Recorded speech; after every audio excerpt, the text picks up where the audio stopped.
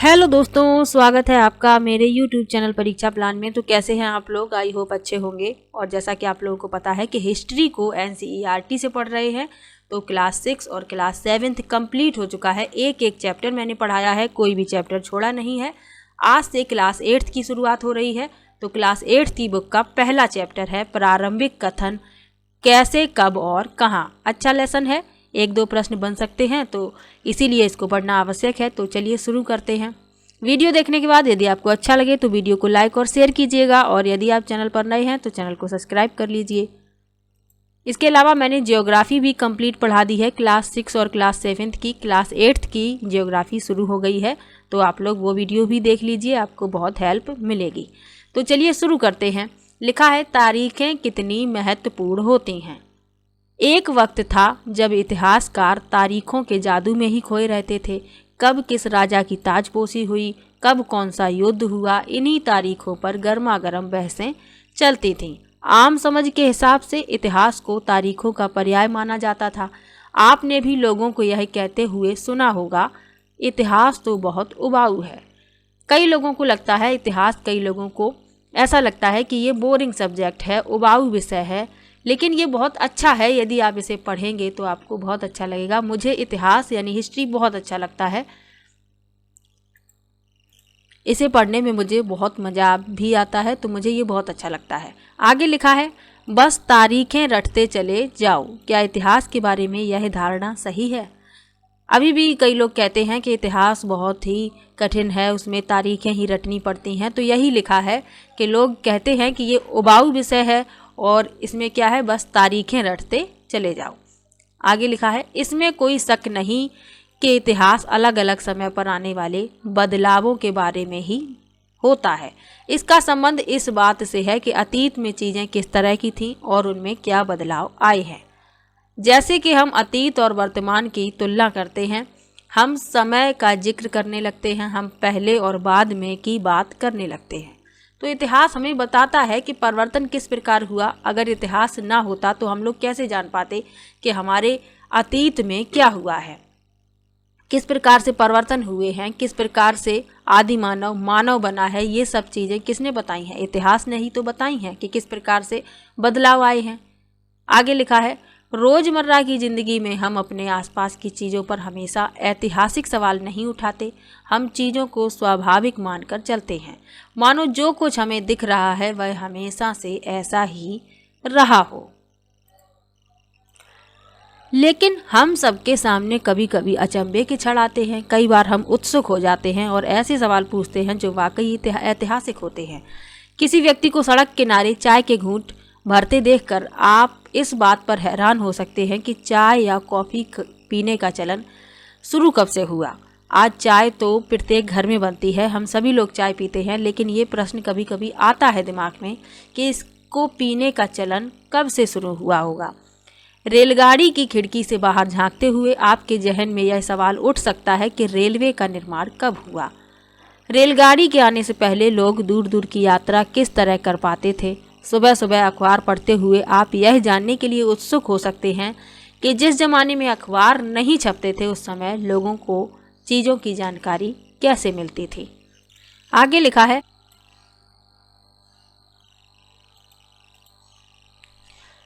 ये सारे ऐतिहासिक सवाल हमें समय के बारे में सोचने के लिए प्रेरित कर देते हैं। समय को हमेशा साल या महीनों के पैमाने पर ही नहीं देखा जा सकता।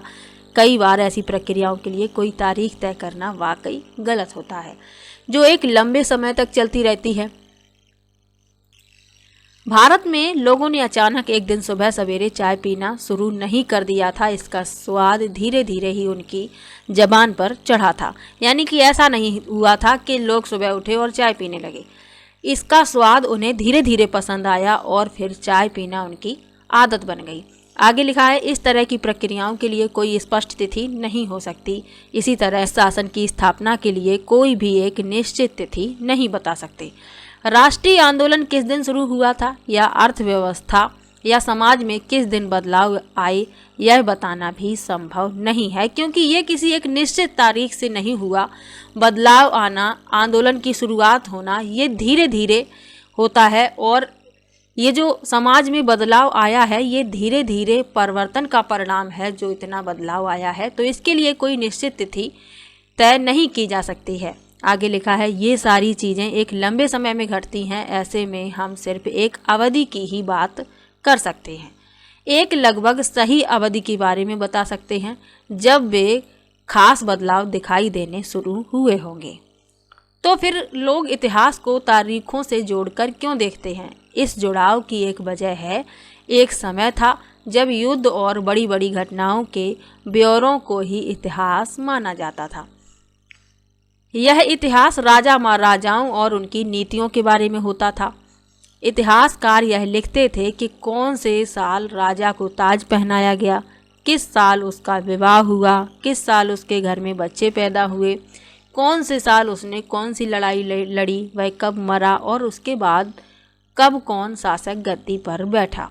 इस तरह की घटनाओं के लिए निश्चित तिथि बताई जा सकती है और इस तरह के इतिहासों में तिथियों का महत्व बना रहता है। यानी ये सब ब्यौरा इतिहासकार रखते थे कि कौन सा राजा कितने दिनों के लिए या कितने समय के लिए शासक बना, कब उसने राजगद्दी को हासिल किया, कब उसका विवाह हुआ, कब उसके घर बच्चे पैदा हुए, उसके बाद कौन शासक बना। तो ये सब निश्चित तिथियों में लिखा हुआ है। आगे लिखा है जैसा कि पिछले 2 साल की इतिहास की किताबों में आपने देखा कि अब इतिहासकार बहुत सारे दूसरे मुद्दों और दूसरे सवालों के बारे में भी लिखने लगे हैं। वे इस बात पर ध्यान देते हैं कि लोग किस तरह अपनी रोजी रोटी चलाते थे, वे क्या पैदा करते थे और क्या खाते थे, शहर कैसे बने और बाजार किस तरह फैले, किस तरह रियासतें बनी, नए विचार पनपे, संस्कृति व समाज किस तरह बदले।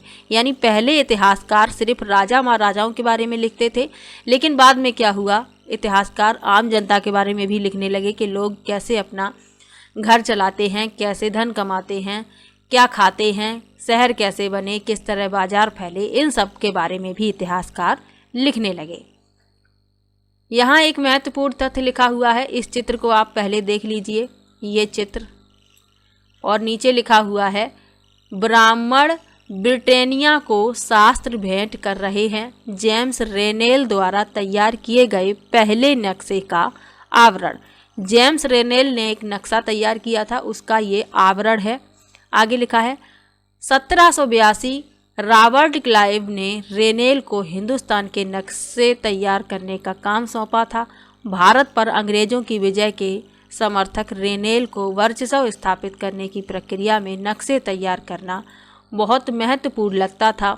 इस तस्वीर में दिखाया गया है कि भारत के लोग स्वेच्छापूर्वक अपने प्राचीन पवित्र ग्रंथ ब्रिटिश सत्ता की प्रतीक ब्रिटानिया को सौंप रहे हैं, मानो वे उसे भारतीय संस्कृति की रक्षा के लिए आने का आग्रह कर रहे हों। यहाँ इस चित्र को देख लीजिए, लिखा है Lipton's teas famous all over the world. ये चाय है जो चाय लोग पीते थे उस समय में, यहाँ लिखा भी हुआ है। विज्ञापनों से भी पसंद नापसंद तय होती है। पुराने विज्ञापनों से हमें यह समझने में मदद मिलती है कि नए उत्पादों के लिए बाजार किस तरह तैयार हुए और किस तरह नई रुचियां चलन में आईं। 1922 में लिप्टन चाय के लिए तैयार किया गया यह विज्ञापन इस बात की ओर संकेत करता है कि दुनिया भर के शाही लोग यही चाय पीते थे। इस तस्वीर के पीछे की तरफ एक भारतीय महल दिखाई दे रहा है, जबकि अगले हिस्से में ब्रिटेन की रानी विक्टोरिया का तीसरा बेटा राजकुमार आर्थर घोड़े पर बैठा हुआ है। राजकुमार आर्थर को ड्यूक ऑफ कनाट की पदवी दी गई थी। तो आपको ये बात याद रखनी है कि राजकुमार आर्थर को किसकी पदवी दी गई थी? Duke of Connaught. अब लिखा है कौन सी तारीखें।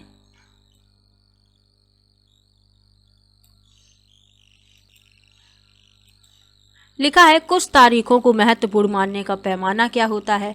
हम जो तारीखें चुनते हैं, जिन तारीखों के इर्द गिर्द हम अतीत की कहानी बुनते हैं, वे अपने आप में महत्वपूर्ण नहीं होती। वे इसलिए महत्वपूर्ण हो जाती हैं क्योंकि कुछ खास घटनाओं को महत्वपूर्ण मानकर चलने लगते हैं। अगर अध्ययन का विषय बदल जाता है, अगर हम नए मुद्दों पर ध्यान देने लगते हैं, तो महत्वपूर्ण तारीखें भी बदल जाती हैं। आगे लिखा है, एक उदाहरण पर विचार कीजिए। भारत में ब्रिटिश इतिहासकारों ने जो इतिहास लिखे उनमें हर एक गवर्नर जनरल का शासनकाल महत्वपूर्ण है। ये इतिहास प्रथम गवर्नर जनरल वारेन हेस्टिंग्स के शासन से शुरू होते थे और आखिरी वायसराय लॉर्ड माउंटबेटन के साथ खत्म होते थे। अलग अलग अध्यायों में हम दूसरे गवर्नर जनरलों Hastings, Wellesley, Bentinck, Dalhousie, Canning, Lawrence, Lytton, Ripon, Curzon, Hardinge, Irwin के बारे में भी पढ़ते हैं। इस इतिहास में गवर्नर जनरलों और वायसरायों का कभी ना समाप्त होने वाला सिलसिला ही छाया रहता था। इतिहास की इन किताबों में सारी तारीखों का महत्व इन अधिकारियों, उनकी गतिविधियों, नीतियों, उपलब्धियों के आधार पर ही तय होता था। यह ऐसे था मानो इन लोगों के जीवन के बाहर कोई ऐसी चीज़ नहीं थी जिसे जानना महत्वपूर्ण हो। इन लोगों के जीवन का क्रम ब्रिटिश भारत के इतिहास में अलग अलग अध्यायों का विषय बन जाता था। तो जितने भी गवर्नर जनरल होते थे, इनके जीवन का जो क्रम होता ब्रिटिश भारत के इतिहास में अलग अलग अध्यायों का विषय बन जाता था, क्योंकि इन्हीं के बारे में लिखा हुआ है इतिहास में। कौन सा गवर्नर कब बना, कौन सा वायसराय, किसने कितना शासन किया, इन सब के बारे में इतिहास में बताया जाता था। आगे लिखा है, क्या हम इसी दौर के इतिहास को अलग ढंग से नहीं लिख सकते? गवर्नर जनरलों के इस इतिहास के चौखटे में हम भारतीय समाज के विभिन्न समूहों और वर्गों की गतिविधियों पर किस तरह ध्यान दे सकते हैं। जब हम इतिहास या कोई कहानी लिखते हैं तो उसे टुकड़ों या अध्यायों में बांट देते हैं। हम ऐसा क्यों करते हैं? ऐसा इसलिए किया जाता है ताकि हर अध्याय में कुछ सामंजस्य रहे। इसका मकसद कहानी को इस तरह सामने लाना होता है कि उसे आसानी से समझा जा सके और याद रखा जा सके। इसीलिए कोई भी कहानी लिखी जाती है तो उसे खंडों में यानी अध्यायों में बांटा जाता है ताकि वो आसानी से समझी जा सके और उसे याद रखा जा सके। अगर एक साथ बड़ी कहानी लिख दी जाएगी तो लोग उसे याद नहीं रख पाएंगे। अगर उसी के खंड कर दिए जाएंगे तो वो आसानी से याद रहेगी। आगे लिखा है, इसी प्रकार इतिहास में किया गया है। खंड यानी अध्याय बनाए गए हैं। आगे लिखा है, इस प्रक्रिया में हम सिर्फ उन घटनाओं पर जोर देते हैं जो उस कहानी को पेश करने में मददगार होती हैं। जो इतिहास गवर्नर जनरलों के जीवन के इर्द गिर्द चलता है उसमें भारतीयों की गतिविधि कोई मायने नहीं रखती, उनके लिए वहाँ कोई जगह नहीं होती। तो फिर क्या किया जाए? जाहिर है हमें अपने इतिहास का एक अलग खाका बनाना पड़ेगा। इसका मतलब यह है कि अब तक जिन तिथियों को महत्व दिया जा रहा था वे महत्वपूर्ण नहीं रहेंगी। हमारे लिए नई तिथियां महत्वपूर्ण हो जाएंगी। यानी कि इतिहास सिर्फ गवर्नर जनरल के जीवन के इर्द गिर्द नहीं होना चाहिए, आम जनता के बारे में भी लिखा होना चाहिए। तो इसी के बारे में चर्चा हो रही है कि यदि आम जनता के बारे में जब लिखा जाएगा तो ये जो इतिहास है जिसे अभी तक पढ़ा जा रहा था वो महत्वहीन हो जाएगा और नया इतिहास महत्वपूर्ण होगा। यहाँ इस चित्र में आप वारेन हेस्टिंग्स 1773 में पहले गवर्नर जनरल बने, इन्हें आप देख सकते हैं इस चित्र में। ये हैं वारेन हेस्टिंग्स और ये 1773 में पहले गवर्नर जनरल बने। लिखा है, इतिहास की किताबों में गवर्नर जनरलों के कारनामों, जीवनियों में उनकी गौरव गाथाओं और तस्वीरों में उनके भव्य व्यक्तित्व को उभारा जाता था। अब लिखा है कि हम अवधियां कैसे तय करते हैं, यानी जानेंगे कि अवधियों को कैसे तय किया जाता है इसके बारे में। तो लिखा है 1817 में स्कॉटलैंड के अर्थशास्त्री और राजनीतिक दार्शनिक जेम्स मिल ने, इनका नाम आप लोगों को याद रखना है, 3 विशाल खंडों में ए हिस्ट्री ऑफ ब्रिटिश इंडिया यानी ब्रिटिश भारत का इतिहास नामक एक किताब लिखी। इस किताब में उन्होंने भारत के इतिहास को हिंदू, मुस्लिम और ब्रिटिश इन 3 कालखंडों में बांटा था। ये प्रश्न पूछा जा चुका है, ऑनलाइन वाले पेपर में भी पूछा गया था और ऑफलाइन वाले में भी पूछा गया था कि जेम्स मिल ने भारत के इतिहास को कितने कालखंडों में विभाजित किया है। तो 3 कालखंडों में विभाजित किया है। कौन कौन से हैं?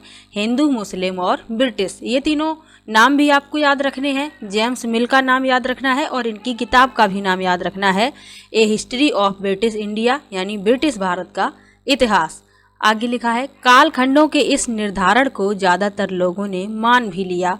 क्या आपको भारतीय इतिहास को समझने के इस तरीके में कोई समस्या दिखाई देती है? यानी इन्होंने इन 3 कालखंडों में बांटा था और लोगों ने मान भी लिया था कि भारत का इतिहास 3 कालखंडों में ही बटा हुआ है। आगे लिखा है, इतिहास को अलग अलग कालखंडों में बांटने की कोशिश क्यों करते हैं? इसकी भी एक वजह है। हम एक दौर की खासियतों, उसके केंद्रीय तत्वों को पकड़ने की कोशिश करते हैं। इसीलिए ऐसे शब्द महत्वपूर्ण हो जाते हैं जिनके सहारे हम समय को बांटते हैं। ये शब्द अतीत के बारे में हमारे विचारों को दर्शाते हैं। वे हमें बताते हैं कि एक अवधि से दूसरी अवधि के बीच आए बदलावों का क्या महत्व होता है। तो इसीलिए तो समय को बांट दिया जाता है, क्योंकि इससे ये ज्ञात हो जाता है कि एक अवधि से दूसरी अवधि के बीच कितने बदलाव आए। मिल को लगता था कि सारे एशियाई समाज सभ्यता के मामले में यूरोप से पीछे है। यानी जेम्स मिल का ये मानना था कि एशियाई समाज जो है सभ्यता के मामले में यूरोप से काफ़ी पीछे है। आगे लिखा है, इतिहास की उनकी समझदारी ये थी कि भारत में अंग्रेजों के आने से पहले यहाँ हिंदू और मुसलमान तानाशाहों का ही राज चलता था। यहाँ चारों ओर केवल धार्मिक बैर, जातिगत बंधनों और अंधविश्वासों का ही बोलबाला था। मिल की राय में ब्रिटिश शासन भारत को सभ्यता की राह पर ले जा सकता था। इस काम के लिए जरूरी था कि भारत में यूरोपीय शिष्टाचार, कला, संस्थानों और कानूनों को लागू किया जाए। मिल ने तो यहाँ तक सुझाव दिया कि अंग्रेजों को भारत के सारे भूभाग पर कब्जा कर लेना चाहिए। किसने ये सुझाव दिया? जेम्स मिल ने, ताकि भारतीय जनता को ज्ञान और सुखी जीवन प्रदान किया जा सके। उनका मानना था कि अंग्रेजों की मदद के बिना हिंदुस्तान प्रगति नहीं कर सकता। यानी जेम्स मिल ये मानते थे कि अंग्रेजों की मदद के बिना हिंदुस्तान में प्रगति संभव नहीं है। आगे लिखा है, इतिहास की इस धारणा में अंग्रेजी शासन प्रगति और सभ्यता का प्रतीक था। अंग्रेजी शासन से पहले सारा अंधकार का दौर था। क्या इस तरह की धारणा को स्वीकार किया जा सकता है? ये मानते थे। जेम्स मिल के अनुसार ये लिखा हुआ है कि अंग्रेजी शासन से पहले सारा अंधकार का दौर था और अंग्रेजों को भारत के सारे भूभाग पर कब्जा कर लेना चाहिए। ये सब मानते थे जेम्स मिल। आगे लिखा है, क्या इतिहास के किसी दौर को हिंदू या मुसलमान दौर कहा जा सकता है? क्या इन सारे दौरों में कई तरह के धर्म एक साथ नहीं चलते थे? बिल्कुल चलते थे, सभी धर्म एक साथ चलते थे। आगे लिखा है, किसी युग को केवल उस समय के शासकों के धर्म के हिसाब से तय करने की जरूरत क्या है? अगर हम ऐसा करते तो इसका मतलब यह कहना चाहते हैं कि औरों के जीवन तौर तरीकों का कोई महत्व नहीं होता। हमें याद रखना चाहिए कि प्राचीन भारत में सारे शासकों का भी एक धर्म नहीं होता था। अंग्रेजों द्वारा सुझाए गए वर्गीकरण से अलग हटकर इतिहास भारतीय इतिहास को आमतौर पर प्राचीन, मध्यकालीन तथा आधुनिक काल में बांटकर देखते हैं। इस विभाजन की भी अपनी समस्या है। इतिहास को इन खंडों में बांटने की भी यह समझ पश्चिम से आई है। पश्चिम में आधुनिक काल को विज्ञान, तर्क, लोकतंत्र, मुक्ति और समानता जैसी आधुनिकता की ताकतों के विकास का युग माना जाता है। उनके लिए मध्यकालीन समाज वे समाज थे जहां आधुनिक समाज की ये विशेषताएं नहीं थीं। क्या हम अपने अध्ययन के लिए आधुनिक काल की इस अवधारणा को बिना सोचे विचारे ऐसे ही अपना सकते हैं जैसा कि आप इस किताब में देखेंगे? अंग्रेजों के शासन में लोगों के पास समानता, स्वतंत्रता या मुक्ति नहीं थी, ना ही यह आर्थिक विकास और प्रगति का दौर था। बहुत सारे इतिहासकार इस युग को औपनिवेशिक युग कहते हैं। अब औपनिवेशिक क्या है, इसके बारे में लिखा हुआ है। इतिहासकार इस युग को औपनिवेशिक युग कहते थे। तो औपनिवेशिक क्या होता है ये भी तो जानना आवश्यक है। तो लिखा है, औपनिवेशिक क्या होता है। इस किताब में आप पढ़ेंगे कि किस तरह अंग्रेजों ने हमारे देश को जीता और स्थानीय नवाबों, राजाओं को दबाकर अपना शासन स्थापित किया। आप देखेंगे कि किस तरह उन्होंने अर्थव्यवस्था व समाज पर नियंत्रण स्थापित किया, अपने सारे खर्चों को निपटाने के लिए राजस्व वसूल किया, अपनी ज़रूरत की चीज़ों को सस्ती कीमत पर खरीदा, निर्यात के लिए महत्वपूर्ण फसलों की खेती कराई। इन सारी कोशिशों के कारण क्या बदलाव आए? आप ये भी जानेंगे कि ब्रिटिश शासन के कारण यहाँ की मूल्य मान्यताओं और पसंद नापसंद, रीति रिवाज व तौर तरीकों में क्या बदलाव आए। जब एक देश पर दूसरे देश के दबदबे से इस तरह के राजनीतिक, आर्थिक, सामाजिक और सांस्कृतिक बदलाव आते हैं तो इस प्रक्रिया को औपनिवेशीकरण कहा जाता है। तो ये बात आपको याद रखनी है, जितना मैं अंडरलाइन कर देती हूँ।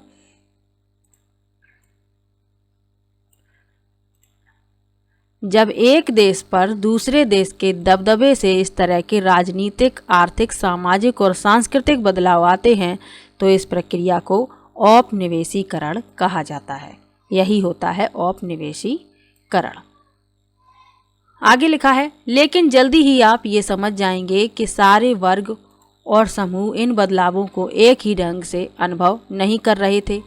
इसीलिए इस किताब को हमारे अतीत यानी कई अतीतों पर केंद्रित नाम दिया गया है। अब लिखा है, हम किस तरह जानते हैं। भारतीय इतिहास के पिछले 250 साल का इतिहास लिखने के लिए इतिहासकार कौन से स्रोतों का इस्तेमाल करते हैं? तो लिखा है, प्रशासन अभिलेख तैयार करता है। अंग्रेजी शासन द्वारा तैयार किए गए सरकारी रिकॉर्ड इतिहासकारों का एक महत्वपूर्ण साधन होते हैं। अंग्रेजों की मान्यता थी कि चीज़ों को लिखना बहुत महत्वपूर्ण होता है। उनके लिए हर निर्देश, हर योजना, नीतिगत फैसले, सहमति, जांच को साफ साफ लिखना जरूरी था। ऐसा करने के बाद चीज़ों का अच्छी तरह अध्ययन किया जा सकता था और उन पर वाद विवाद भी किया जा सकता था।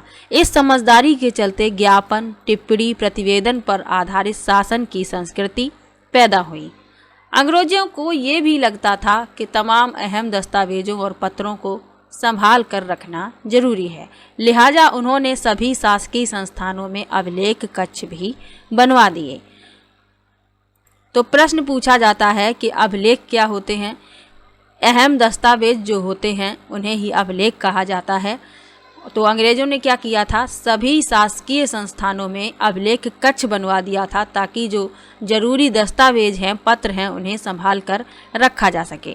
आगे लिखा है, तहसील के दफ्तर, कलेक्ट्रेट कमिश्नर के दफ्तर, प्रांतीय सचिवालय, कचहरी, सबके अपने रिकॉर्ड रूम होते थे। महत्वपूर्ण दस्तावेजों को बचा कर रखने के लिए अभिलेखागार और संग्रहालय जैसे स्थान भी बनाए गए हैं। अभिलेखागार से प्रश्न पूछा जा चुका है कि अभिलेखागार क्या होते हैं। तो जहां पर महत्वपूर्ण दस्तावेज, पत्रों को संभाल कर रखा जाता है उसे ही अभिलेखागार कहते हैं।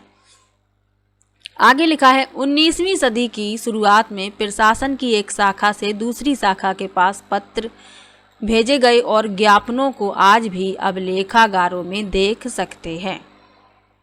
यानी कि 19वीं सदी की शुरुआत में प्रशासन की एक शाखा से दूसरी शाखा में जो पत्र और ज्ञापन भेजे गए तो वो आज भी अभिलेखागार में सुरक्षित रखे हुए हैं और उन्हें देखा भी जा सकता है। आगे लिखा है, वहां आप जिला अधिकारियों द्वारा तैयार किए गए नोट्स और रिपोर्ट पढ़ सकते हैं या ऊपर बैठे अफसरों द्वारा प्रांतीय अधिकारियों को भेजे गए निर्देश और सुझाव देख सकते हैं। 19वीं सदी के शुरुआती सालों में इन दस्तावेजों की सावधानी पूर्वक नकलें बनाई जाती थीं। यानी कि जो महत्वपूर्ण दस्तावेज होते थे उनकी नकल भी बनाई जाती थी, यानी बिल्कुल वैसा ही एक और अभिलेख तैयार किया जाता था। यहाँ आप देख सकते हैं, लिखा है, गृह विभाग को भेजी गई रिपोर्टें। सन 1946 में भारत की औपनिवेशिक सरकार शाही भारतीय नौसेना के जहाज़ों में सिपाहियों की बगावत को कुचलने का प्रयास कर रही थी। उस समय विभिन्न बंदरगाहों से गृह विभाग को जो रिपोर्टें मिल रही थी उनके कुछ नमूने इस प्रकार हैं। ये बम्बई के बारे में लिखा है, बम्बई की रिपोर्ट है। इस बात का इंतजाम कर लिया गया है कि सेना जहाज़ों और दफ्तरों पर कब्जा कर ले। शाही नौसैनिक जहाज़ अभी भी बंदरगाह से बाहर ही हैं।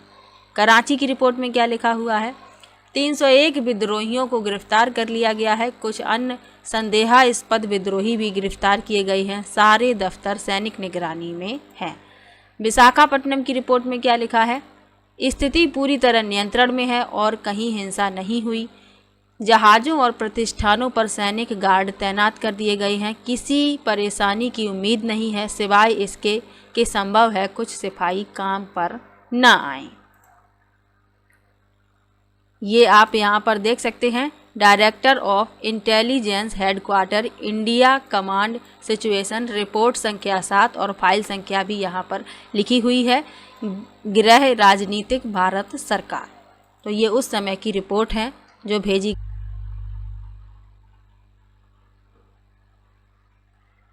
आगे लिखा है, जो नकल तैयार की जाती थी किसी दस्तावेज की, तो उन्हें जो लिखते थे उनके बारे में लिखा है कि उन्हें खुशनवीसी के माहिर लिखते थे।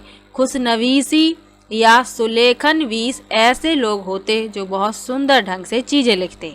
19वीं सदी के मध्य तक छपाई तकनीक भी फैलने लगी।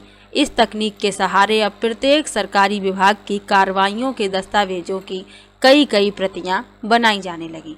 जब छपाई तकनीक नहीं थी उसके पहले जो लोग लिखते थे उन्हें खुशनवीसी के माहिर कहते थे।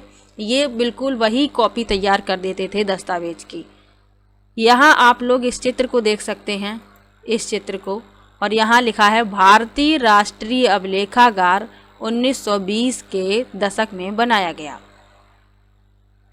लिखा है, जब नई दिल्ली का निर्माण हुआ तो राष्ट्रीय संग्रहालय और राष्ट्रीय अभिलेखागार दोनों ही वायसराय के निवास के नज़दीक बनाए गए थे। इससे पता चलता है कि अंग्रेज़ों की सोच में इन संस्थानों का कितना भारी महत्व था। अब लिखा है, सर्वेक्षण का बढ़ता महत्व। औपनिवेशिक शासन के दौरान सर्वेक्षण का चलन भी महत्वपूर्ण होता गया। अंग्रेजों का विश्वास था कि किसी देश पर अच्छी तरह शासन चलाने के लिए उसको सही ढंग से जानना जरूरी होता है। 19वीं सदी की शुरुआत तक पूरे देश का नक्शा तैयार करने के लिए बड़े बड़े सर्वेक्षण किए जाने लगे। गाँव में राजस्व सर्वेक्षण किए गए। इन सर्वेक्षणों में धरती की सतह, मिट्टी की गुणवत्ता, वहाँ मिलने वाले पेड़ पौधों और जीव जंतुओं तथा स्थानीय इतिहासों व फसलों का पता लगाया जाता था। यानी अंग्रेज ये मानते थे कि किसी देश पर यदि अच्छे प्रकार से शासन करना है तो उसका सर्वेक्षण भी करना आवश्यक है। इसीलिए ये लोग सर्वेक्षण किया करते थे। गांव में राजस्व सर्वेक्षण किए गए और इन सर्वेक्षणों के आधार पर धरती की सतह, मिट्टी की गुणवत्ता, वहाँ मिलने वाले पेड़ पौधे, जीव जंतुओं, इन सभी का पता भी लगाया गया। आगे लिखा है, अंग्रेजों की राय में किसी इलाके का शासन चलाने के लिए इन सारी बातों को जानना जरूरी था। 19वीं सदी के आखिर से हर 10 साल में जनगणना भी की जाने लगी। जनगणना के जरिए भारत के सभी प्रांतों में रहने वाले लोगों की संख्या, उनकी जाति, इलाके और व्यवसाय के बारे में जानकारियां इकट्ठा की जाती थी। इसके अलावा वानस्पतिक सर्वेक्षण, प्राणी वैज्ञानिक सर्वेक्षण, पुरातत्वीय सर्वेक्षण, मानव शास्त्रीय सर्वेक्षण, वन सर्वेक्षण आदि कई दूसरे सर्वेक्षण भी किए जाते थे। यहाँ आप लोग इस चित्र में पौधा एक देख सकते हैं। ये शरीफे का पौधा है। शरीफा फल आप लोगों ने खाया होगा, ये इसमें लगा भी है, तो वही पौधा है ये। लिखा है, शरीफे का पौधा 1770 का दशक। अंग्रेजों द्वारा बनाए गए वानस्पतिक उद्यान और प्राकृतिक इतिहास के संग्रहालयों में विभिन्न पौधों के नमूने और उनसे संबंधित जानकारियां इकट्ठा की जाती थी। इन नमूनों के चित्र स्थानीय कलाकारों से बनवाए जाते थे।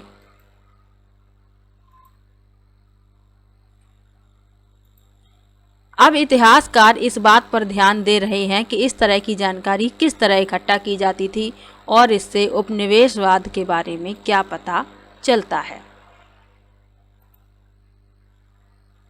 अब लिखा है कि अधिकृत रिकॉर्ड से क्या पता नहीं चलता, यानी जो रिकॉर्ड है उनसे क्या पता नहीं लगा सकते, इसके बारे में लिखा है। रिकॉर्ड्स के इस विशाल भंडार से हम बहुत कुछ पता लगा सकते हैं, फिर भी इस बात को नज़रअंदाज नहीं किया जा सकता कि ये सारे सरकारी रिकॉर्ड हैं।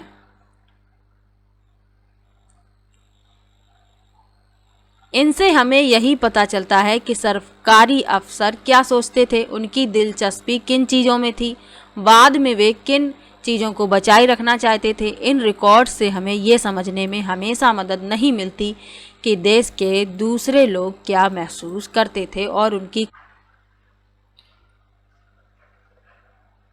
यानी कि जो अधिकृत दस्तावेज हैं उनसे ये पता लगाया जा सकता है कि सरकारी अफसर क्या सोचते थे, क्या उनकी राय थी, किन चीज़ों में उन्हें दिलचस्पी थी और किन चीज़ों को वे बनाए रखना चाहते थे। लेकिन ये नहीं हम उनसे जान सकते हैं कि आम जनता क्या चाहती थी, क्यों उनकी कार्रवाइयाँ हुई, क्या उन कार्रवाइयों की वजह थी, ये सब उनसे जानना संभव नहीं है। आगे लिखा है, इन बातों को जानने के लिए हमें कहीं और देखना होगा। जब हम ऐसे दूसरे स्रोतों की तलाश में निकलते हैं तो उनकी भी कोई कमी नहीं रहती, लेकिन सरकारी रिकॉर्ड्स के मुकाबले उन्हें ढूंढना जरा मुश्किल साबित होता है। इस लिहाज से लोगों की डायरियाँ, तीर्थ यात्राओं और यात्रियों के संस्मरण महत्वपूर्ण, लोगों की आत्मकथाएं और स्थानीय बाजारों में बिकने वाली लोकप्रिय पुस्तकाएं महत्वपूर्ण हो जाती हैं। यानी कि आम जनता के बारे में जानने के लिए सरकारी दस्तावेज उपलब्ध नहीं है, लेकिन लोगों की डायरियाँ, तीर्थ यात्राएं, यात्रियों के संस्मरण और जो पुस्तकें बाजार में मिलती हैं वे महत्वपूर्ण हो जाती हैं। आगे लिखा है, जैसे जैसे छपाई की तकनीक फैली, अखबार छपने लगे और विभिन्न मुद्दों पर जनता में बहस भी होने लगी। नेताओं और सुधारकों ने अपने विचारों को फैलाने के लिए लिखा। कवियों और उपन्यासकारों ने अपनी भावनाओं को व्यक्त करने के लिए लिखा। ये सब लिखाई कब शुरू हुई? जब छापे खाने के आविष्कार हो गए, छपाई की तकनीक फैली तो अखबार भी छपने लगे, विभिन्न मुद्दों पर जनता में बहस भी होने लगी। नेताओं और सुधारकों ने क्या किया? अपने विचार फैलाने के लिए लिखा और कवियों और उपन्यासकारों ने अपनी भावनाओं को व्यक्त करने के लिए लिखना शुरू कर दिया। आगे लिखा है, लेकिन ये सारे स्रोत उन लोगों ने रचे जो पढ़ना लिखना जानते थे। इनसे हम यह पता नहीं लगा सकते कि आदिवासी और किसान, खदानों में काम करने वाले मजदूर या सड़कों पर जिंदगी गुजारने वाले गरीब किस तरह अनुभवों से गुजर रहे थे। तो जो पढ़े लिखे थे उन्होंने अपने अनुभव लिख दिए, लेकिन जो पढ़े लिखे ही नहीं थे उनके बारे में जानना मुश्किल है, क्योंकि उनके बारे में किसी ने नहीं लिखा था। आगे लिखा है, अगर हम थोड़ी और कोशिश करें तो हम इस बारे में भी जान सकते हैं। जैसे जैसे आप इस किताब में आगे बढ़ेंगे आपको यह बात समझ में आने लगेगी। यानी आगे पता चलेगा कि जो लोग पढ़े लिखे नहीं थे, आदिवासी थे, किसान थे, खदानों में काम करते थे, तो उनके बारे में कैसे पता लगाया गया। इसी पुस्तक में अगले पाठों में ये सब पढ़ाया जाएगा। यहाँ कुछ महत्वपूर्ण तथ्य हैं, इनको भी पढ़ लीजिए। इस चित्र को आप लोग देख सकते हैं और यहाँ लिखा क्या है? बंगाल में मानचित्रण और सर्वेक्षण कार्य चल रहा है। जेम्स प्रिंसेप द्वारा बनाई गई तस्वीर 1832। ध्यान से देखें कि सर्वेक्षण में इस्तेमाल होने वाले सारे उपकरणों को चित्र के अगले हिस्से में दिखाया गया। चित्रकार इस परियोजना के वैज्ञानिक स्वरूप पर खास तौर से जोर देना चाहता है।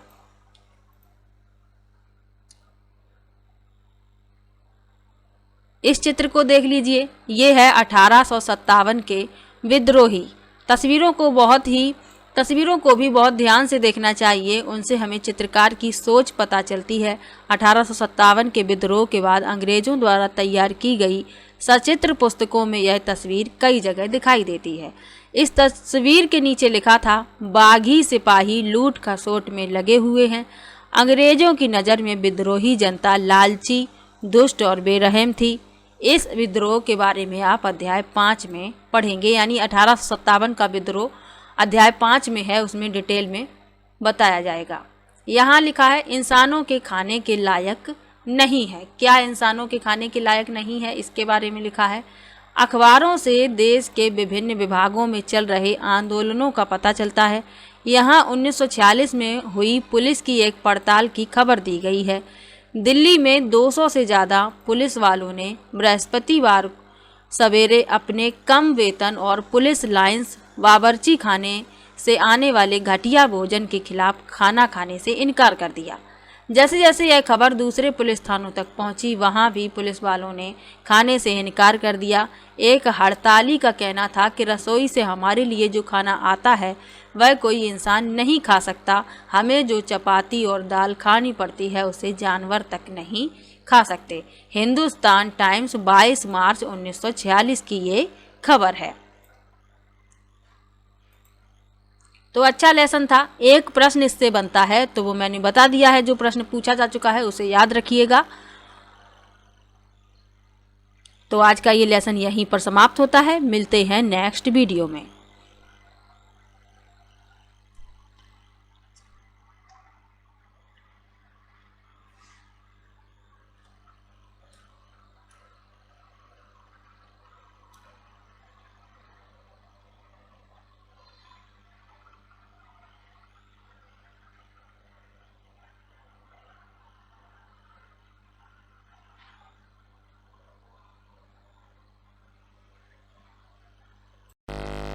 मिल को लगता था कि सारे एशियाई समाज सभ्यता के मामले में यूरोप से पीछे है। यानी जेम्स मिल का ये मानना था कि एशियाई समाज जो है सभ्यता के मामले में यूरोप से काफ़ी पीछे है। आगे लिखा है, इतिहास की उनकी समझदारी ये थी कि भारत में अंग्रेजों के आने से पहले यहाँ हिंदू और मुसलमान तानाशाहों का ही राज चलता था। यहाँ चारों ओर केवल धार्मिक बैर, जातिगत बंधनों और अंधविश्वासों का ही बोलबाला था। मिल की राय में ब्रिटिश शासन भारत को सभ्यता की राह पर ले जा सकता था। इस काम के लिए जरूरी था कि भारत में यूरोपीय शिष्टाचार, कला, संस्थानों और कानूनों को लागू किया जाए।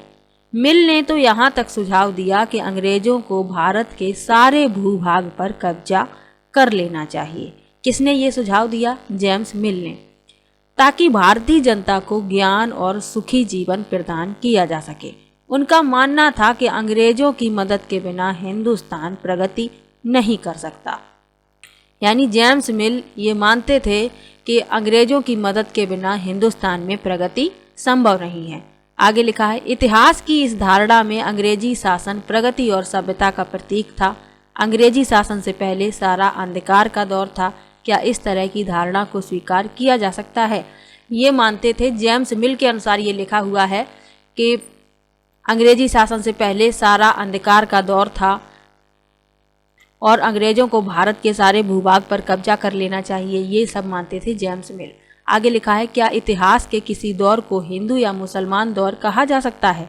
क्या इन सारे दौरों में कई तरह के धर्म एक साथ नहीं चलते थे? बिल्कुल चलते थे, सभी धर्म एक साथ चलते थे। आगे लिखा है, किसी युग को केवल उस समय के शासकों के धर्म के हिसाब से तय करने की जरूरत क्या है? अगर हम ऐसा करते तो इसका मतलब यह कहना चाहते हैं कि औरों के जीवन तौर तरीकों का कोई महत्व नहीं होता। हमें याद रखना चाहिए कि प्राचीन भारत में सारे शासकों का भी एक धर्म नहीं होता था। अंग्रेजों द्वारा सुझाए गए वर्गीकरण से अलग हटकर इतिहास भारतीय इतिहास को आमतौर पर प्राचीन, मध्यकालीन तथा आधुनिक काल में बांटकर देखते हैं। इस विभाजन की भी अपनी समस्या है। इतिहास को इन खंडों में बांटने की भी यह समझ पश्चिम से आई है। पश्चिम में आधुनिक काल को विज्ञान, तर्क, लोकतंत्र, मुक्ति और समानता जैसी आधुनिकता की ताकतों के विकास का युग माना जाता है। उनके लिए मध्यकालीन समाज वे समाज थे जहां आधुनिक समाज की ये विशेषताएं नहीं थीं। क्या हम अपने अध्ययन के लिए आधुनिक काल की इस अवधारणा को बिना सोचे विचारे ऐसे ही अपना सकते हैं? जैसा कि आप इस किताब में देखेंगे, अंग्रेजों के शासन में लोगों के पास समानता, स्वतंत्रता या मुक्ति नहीं थी, ना ही यह आर्थिक विकास और प्रगति का दौर था। बहुत सारे इतिहासकार इस युग को औपनिवेशिक युग कहते हैं। अब औपनिवेशिक क्या है, इसके बारे में लिखा हुआ है। इतिहासकार इस युग को औपनिवेशिक युग कहते थे। तो औपनिवेशिक क्या होता है ये भी तो जानना आवश्यक है। तो लिखा है, औपनिवेशिक क्या होता है। इस किताब में आप पढ़ेंगे कि किस तरह अंग्रेजों ने हमारे देश को जीता और स्थानीय नवाबों, राजाओं को दबाकर अपना शासन स्थापित किया। आप देखेंगे कि किस तरह उन्होंने अर्थव्यवस्था व समाज पर नियंत्रण स्थापित किया, अपने सारे खर्चों को निपटाने के लिए राजस्व वसूल किया, अपनी ज़रूरत की चीज़ों को सस्ती कीमत पर खरीदा, निर्यात के लिए महत्वपूर्ण फसलों की खेती कराई। इन सारी कोशिशों के कारण क्या बदलाव आए। आप ये भी जानेंगे कि ब्रिटिश शासन के कारण यहाँ की मूल्य मान्यताओं और पसंद नापसंद, रीति रिवाज व तौर तरीकों में क्या बदलाव आए। जब एक देश पर दूसरे देश के दबदबे से इस तरह के राजनीतिक, आर्थिक, सामाजिक और सांस्कृतिक बदलाव आते हैं तो इस प्रक्रिया को औपनिवेशीकरण कहा जाता है। तो ये बात आपको याद रखनी है, जितना मैं अंडरलाइन कर देती हूँ।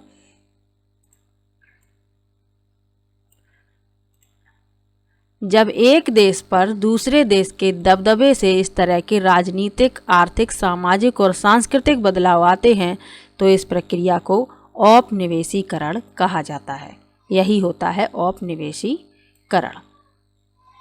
आगे लिखा है, लेकिन जल्दी ही आप ये समझ जाएंगे कि सारे वर्ग और समूह इन बदलावों को एक ही ढंग से अनुभव नहीं कर रहे थे। इसीलिए इस किताब को हमारे अतीत यानी कई अतीतों पर केंद्रित नाम दिया गया है। अब लिखा है, हम किस तरह जानते हैं। भारतीय इतिहास के पिछले 250 साल का इतिहास लिखने के लिए इतिहासकार कौन से स्रोतों का इस्तेमाल करते हैं? तो लिखा है प्रशासन अभिलेख तैयार करता है। अंग्रेजी शासन द्वारा तैयार किए गए सरकारी रिकॉर्ड इतिहासकारों का एक महत्वपूर्ण साधन होते हैं। अंग्रेजों की मान्यता थी कि चीज़ों को लिखना बहुत महत्वपूर्ण होता है। उनके लिए हर निर्देश, हर योजना, नीतिगत फैसले, सहमति, जांच को साफ साफ लिखना जरूरी था। ऐसा करने के बाद चीज़ों का अच्छी तरह अध्ययन किया जा सकता था और उन पर वाद विवाद भी किया जा सकता था। इस समझदारी के चलते ज्ञापन, टिप्पणी, प्रतिवेदन पर आधारित शासन की संस्कृति पैदा हुई। अंग्रेजों को ये भी लगता था कि तमाम अहम दस्तावेजों और पत्रों को संभाल कर रखना जरूरी है, लिहाजा उन्होंने सभी शासकीय संस्थानों में अभिलेख कक्ष भी बनवा दिए। तो प्रश्न पूछा जाता है कि अभिलेख क्या होते हैं? अहम दस्तावेज जो होते हैं उन्हें ही अभिलेख कहा जाता है। तो अंग्रेजों ने क्या किया था, सभी शासकीय संस्थानों में अभिलेख कक्ष बनवा दिया था ताकि जो जरूरी दस्तावेज हैं, पत्र हैं, उन्हें संभाल कर रखा जा सके। आगे लिखा है तहसील के दफ्तर, कलेक्ट्रेट कमिश्नर के दफ्तर, प्रांतीय सचिवालय, कचहरी, सबके अपने रिकॉर्ड रूम होते थे। महत्वपूर्ण दस्तावेजों को बचा कर रखने के लिए अभिलेखागार और संग्रहालय जैसे स्थान भी बनाए गए हैं। अभिलेखागार से प्रश्न पूछा जा चुका है कि अभिलेखागार क्या होते हैं। तो जहां पर महत्वपूर्ण दस्तावेज, पत्रों को संभाल कर रखा जाता है उसे ही अभिलेखागार कहते हैं। आगे लिखा है 19वीं सदी की शुरुआत में प्रशासन की एक शाखा से दूसरी शाखा के पास पत्र भेजे गए और ज्ञापनों को आज भी अभिलेखागारों में देख सकते हैं। यानी कि 19वीं सदी की शुरुआत में प्रशासन की एक शाखा से दूसरी शाखा में जो पत्र और ज्ञापन भेजे गए तो वो आज भी अभिलेखागार में सुरक्षित रखे हुए हैं और उन्हें देखा भी जा सकता है। आगे लिखा है वहाँ आप जिला अधिकारियों द्वारा तैयार किए गए नोट्स और रिपोर्ट पढ़ सकते हैं या ऊपर बैठे अफसरों द्वारा प्रांतीय अधिकारियों को भेजे गए निर्देश और सुझाव देख सकते हैं। 19वीं सदी के शुरुआती सालों में इन दस्तावेजों की सावधानी पूर्वक नकलें बनाई जाती थीं।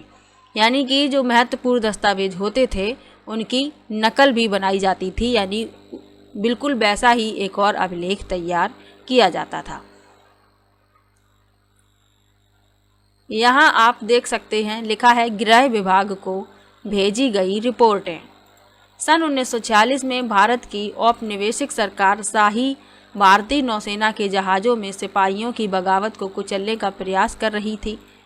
उस समय विभिन्न बंदरगाहों से गृह विभाग को जो रिपोर्टें मिल रही थी उनके कुछ नमूने इस प्रकार हैं।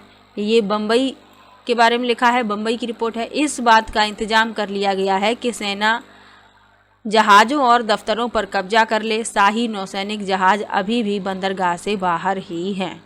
कराची की रिपोर्ट में क्या लिखा हुआ है, 301 विद्रोहियों को गिरफ्तार कर लिया गया है। कुछ अन्य संदेहास्पद विद्रोही भी गिरफ्तार किए गए हैं। सारे दफ्तर सैनिक निगरानी में हैं। विशाखापट्टनम की रिपोर्ट में क्या लिखा है, स्थिति पूरी तरह नियंत्रण में है और कहीं हिंसा नहीं हुई। जहाज़ों और प्रतिष्ठानों पर सैनिक गार्ड तैनात कर दिए गए हैं। किसी परेशानी की उम्मीद नहीं है सिवाय इसके कि संभव है कुछ सिपाही काम पर न आएं। ये आप यहाँ पर देख सकते हैं, director of intelligence headquarter India command situation report संख्या 7 और फाइल संख्या भी यहाँ पर लिखी हुई है, गृह राजनीतिक भारत सरकार। तो ये उस समय की रिपोर्ट है जो भेजी।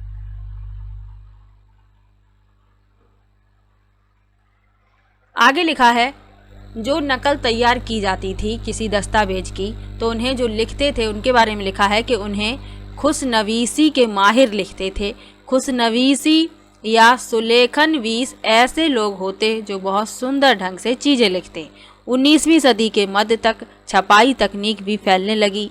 इस तकनीक के सहारे अब प्रत्येक सरकारी विभाग की कार्रवाइयों के दस्तावेजों की कई प्रतियां बनाई जाने लगी। जब छपाई तकनीक नहीं थी उसके पहले जो लोग लिखते थे उन्हें खुशनवीसी के माहिर कहते थे। ये बिल्कुल वही कॉपी तैयार कर देते थे दस्तावेज की। यहाँ आप लोग इस चित्र को देख सकते हैं। इस चित्र को, और यहाँ लिखा है भारतीय राष्ट्रीय अभिलेखागार 1920 के दशक में बनाया गया। लिखा है जब नई दिल्ली का निर्माण हुआ तो राष्ट्रीय संग्रहालय और राष्ट्रीय अभिलेखागार दोनों ही वायसराय के निवास के नज़दीक बनाए गए थे।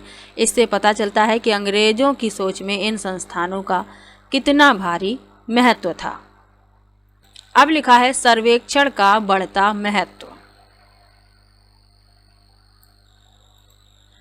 औपनिवेशिक शासन के दौरान सर्वेक्षण का चलन भी महत्वपूर्ण होता गया। अंग्रेजों का विश्वास था कि किसी देश पर अच्छी तरह शासन चलाने के लिए उसको सही ढंग से जानना जरूरी होता है।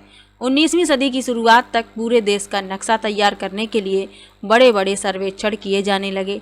गांव में राजस्व सर्वेक्षण किए गए। इन सर्वेक्षणों में धरती की सतह, मिट्टी की गुणवत्ता, वहां मिलने वाले पेड़ पौधों और जीव जंतुओं तथा स्थानीय इतिहासों व फसलों का पता लगाया जाता था। यानी अंग्रेज ये मानते थे कि किसी देश पर यदि अच्छे प्रकार से शासन करना है तो उसका सर्वेक्षण भी करना आवश्यक है। इसीलिए ये लोग सर्वेक्षण किया करते थे।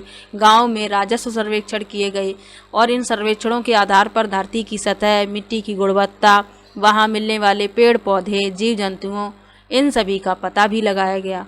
आगे लिखा है अंग्रेजों की राय में किसी इलाके का शासन चलाने के लिए इन सारी बातों को जानना जरूरी था। 19वीं सदी के आखिर से हर 10 साल में जनगणना भी की जाने लगी। जनगणना के जरिए भारत के सभी प्रांतों में रहने वाले लोगों की संख्या, उनकी जाति, इलाके और व्यवसाय के बारे में जानकारियां इकट्ठा की जाती थी। इसके अलावा वानस्पतिक सर्वेक्षण, प्राणी वैज्ञानिक सर्वेक्षण, पुरातत्वीय सर्वेक्षण, मानव शास्त्रीय सर्वेक्षण, वन सर्वेक्षण आदि कई दूसरे सर्वेक्षण भी किए जाते थे। यहाँ आप लोग इस चित्र में पौधा एक देख सकते हैं। ये शरीफे का पौधा है। शरीफा फल आप लोगों ने खाया होगा, ये इसमें लगा भी है, तो वही पौधा है ये। लिखा है शरीफे का पौधा 1770 का दशक।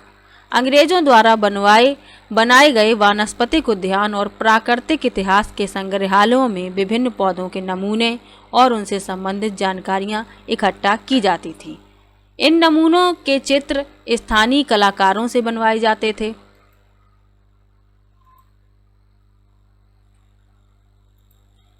अब इतिहासकार इस बात पर ध्यान दे रहे हैं कि इस तरह की जानकारी किस तरह इकट्ठा की जाती थी और इससे उपनिवेशवाद के बारे में क्या पता चलता है।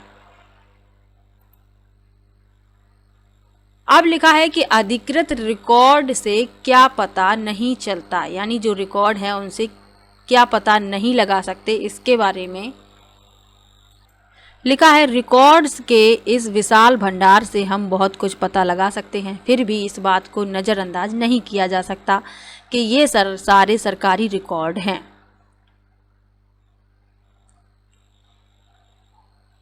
इनसे हमें यही पता चलता है कि सरकारी अफसर क्या सोचते थे, उनकी दिलचस्पी किन चीज़ों में थी, बाद में वे किन चीज़ों को बचाए रखना चाहते थे। इन रिकॉर्ड से हमें ये समझने में हमेशा मदद नहीं मिलती कि देश के दूसरे लोग क्या महसूस करते थे और उनकी, यानी कि जो अधिकृत दस्तावेज हैं उनसे ये पता लगाया जा सकता है कि सरकारी अफसर क्या सोचते थे, क्या उनकी राय थी, किन चीज़ों में उन्हें दिलचस्पी थी और किन चीज़ों को वे बनाए रखना चाहते थे। लेकिन ये नहीं हम उनसे जान सकते हैं कि आम जनता क्या चाहती थी, क्यों उनकी कार्रवाइयाँ हुई, क्या उन कार्रवाइयों की वजह थी, ये सब उनसे जानना संभव नहीं है। आगे लिखा है इन बातों को जानने के लिए हमें कहीं और देखना होगा। जब हम ऐसे दूसरे स्रोतों की तलाश में निकलते हैं तो उनकी भी कोई कमी नहीं रहती, लेकिन सरकारी रिकॉर्ड्स के मुकाबले उन्हें ढूंढना जरा मुश्किल साबित होता है। इस लिहाज से लोगों की डायरियाँ, तीर्थ यात्राओं और यात्रियों के संस्मरण महत्वपूर्ण, लोगों की आत्मकथाएं और स्थानीय बाजारों में बिकने वाली लोकप्रिय पुस्तकाएं महत्वपूर्ण हो जाती हैं। यानी कि आम जनता के बारे में जानने के लिए सरकारी दस्तावेज उपलब्ध नहीं है, लेकिन लोगों की डायरियाँ, तीर्थ यात्राएं, यात्रियों के संस्मरण और जो पुस्तकें बाजार में मिलती हैं वे महत्वपूर्ण हो जाती हैं। आगे लिखा है जैसे जैसे छपाई की तकनीक फैली, अखबार छपने लगे और विभिन्न मुद्दों पर जनता में बहस भी होने लगी। नेताओं और सुधारकों ने अपने विचारों को फैलाने के लिए लिखा। कवियों और उपन्यासकारों ने अपनी भावनाओं को व्यक्त करने के लिए लिखा। ये सब लिखाई कब शुरू हुई? जब छापे खाने के आविष्कार हो गए, छपाई की तकनीक फैली, तो अखबार भी छपने लगे, विभिन्न मुद्दों पर जनता में बहस भी होने लगी। नेताओं और सुधारकों ने क्या किया? अपने विचार फैलाने के लिए लिखा, और कवियों और उपन्यासकारों ने अपनी भावनाओं को व्यक्त करने के लिए लिखना शुरू कर दिया। आगे लिखा है, लेकिन ये सारे स्रोत उन लोगों ने रचे जो पढ़ना लिखना जानते थे। इनसे हम यह पता नहीं लगा सकते कि आदिवासी और किसान, खदानों में काम करने वाले मजदूर या सड़कों पर जिंदगी गुजारने वाले गरीब किस तरह अनुभवों से गुजर रहे थे। तो जो पढ़े लिखे थे उन्होंने अपने अनुभव लिख दिए, लेकिन जो पढ़े लिखे ही नहीं थे उनके बारे में जानना मुश्किल है, क्योंकि उनके बारे में किसी ने नहीं लिखा था। आगे लिखा है, अगर हम थोड़ी और कोशिश करें तो हम इस बारे में भी जान सकते हैं। जैसे जैसे आप इस किताब में आगे बढ़ेंगे आपको यह बात समझ में आने लगेगी। यानी आगे पता चलेगा कि जो लोग पढ़े लिखे नहीं थे, आदिवासी थे, किसान थे, खदानों में काम करते थे, तो उनके बारे में कैसे पता लगाया गया, इसी पुस्तक में अगले पाठों में ये सब पढ़ाया जाएगा। यहाँ कुछ महत्वपूर्ण तथ्य हैं, इनको भी पढ़ लीजिए। इस चित्र को आप लोग देख सकते हैं, और यहाँ लिखा क्या है? बंगाल में मानचित्रण और सर्वेक्षण कार्य चल रहा है। जेम्स प्रिंसेप द्वारा बनाई गई तस्वीर 1832। ध्यान से देखें कि सर्वेक्षण में इस्तेमाल होने वाले सारे उपकरणों को चित्र के अगले हिस्से में दिखाया गया। चित्रकार इस परियोजना के वैज्ञानिक स्वरूप पर खास तौर से जोर देना चाहता है।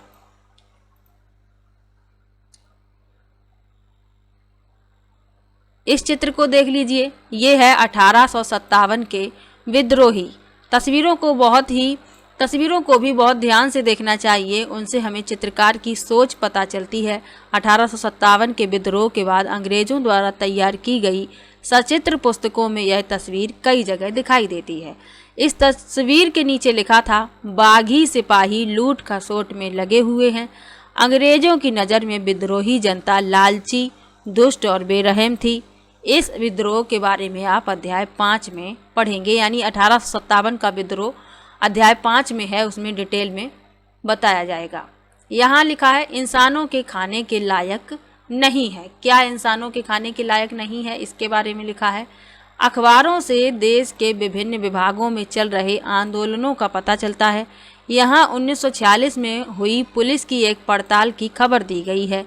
दिल्ली में 200 से ज़्यादा पुलिस वालों ने बृहस्पतिवार सवेरे अपने कम वेतन और पुलिस लाइन्स बावर्ची खाने से आने वाले घटिया भोजन के खिलाफ खाना खाने से इनकार कर दिया। जैसे जैसे यह खबर दूसरे पुलिस थानों तक पहुंची, वहां भी पुलिस वालों ने खाने से इनकार कर दिया। एक हड़ताली का कहना था कि रसोई से हमारे लिए जो खाना आता है वह कोई इंसान नहीं खा सकता। हमें जो चपाती और दाल खानी पड़ती है उसे जानवर तक नहीं खा सकते। हिंदुस्तान टाइम्स 22 मार्च 1946 की ये खबर है। तो अच्छा लेसन था। एक प्रश्न इससे बनता है, तो वो मैंने बता दिया है। जो प्रश्न पूछा जा चुका है उसे याद रखिएगा। तो आज का ये लेसन यहीं पर समाप्त होता है। मिलते हैं नेक्स्ट वीडियो में।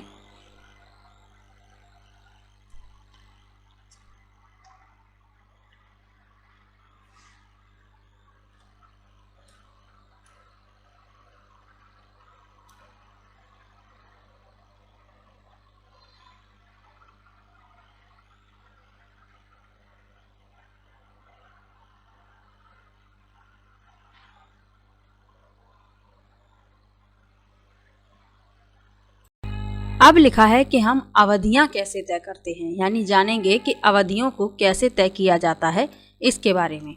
तो लिखा है 1817 में स्कॉटलैंड के अर्थशास्त्री और राजनीतिक दार्शनिक जेम्स मिल ने, इनका नाम आप लोगों को याद रखना है, 3 विशाल खंडों में ए हिस्ट्री ऑफ ब्रिटिश इंडिया यानी ब्रिटिश भारत का इतिहास नामक एक किताब लिखी।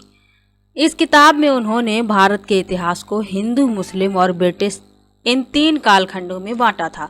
ये प्रश्न पूछा जा चुका है, ऑनलाइन वाले पेपर में भी पूछा गया था और ऑफलाइन वाले में भी पूछा गया था कि जेम्स मिल ने भारत के इतिहास को कितने कालखंडों में विभाजित किया है। तो 3 कालखंडों में विभाजित किया है। कौन कौन से हैं? हिंदू, मुस्लिम और ब्रिटिश। ये तीनों नाम भी आपको याद रखने हैं। जेम्स मिल का नाम याद रखना है और इनकी किताब का भी नाम याद रखना है, ए हिस्ट्री ऑफ ब्रिटिश इंडिया, यानी ब्रिटिश भारत का इतिहास। आगे लिखा है, कालखंडों के इस निर्धारण को ज़्यादातर लोगों ने मान भी लिया। क्या आपको भारतीय इतिहास को समझने के इस तरीके में कोई समस्या दिखाई देती है? यानी इन्होंने इन 3 कालखंडों में बांटा था और लोगों ने मान भी लिया था कि भारत का इतिहास 3 कालखंडों में ही बटा हुआ है। आगे लिखा है, इतिहास को अलग अलग कालखंडों में बांटने की कोशिश क्यों करते हैं? इसकी भी एक वजह है। हम एक दौर की खासियतों, उसके केंद्रीय तत्वों को पकड़ने की कोशिश करते हैं। इसीलिए ऐसे शब्द महत्वपूर्ण हो जाते हैं जिनके सहारे हम समय को बांटते हैं। ये शब्द अतीत के बारे में हमारे विचारों को दर्शाते हैं। वे हमें बताते हैं कि एक अवधि से दूसरी अवधि के बीच आए बदलावों का क्या महत्व होता है। तो इसीलिए तो समय को बांट दिया जाता है, क्योंकि इससे ये ज्ञात हो जाता है कि एक अवधि से दूसरी अवधि के बीच कितने बदलाव आए और क्या क्या महत्वपूर्ण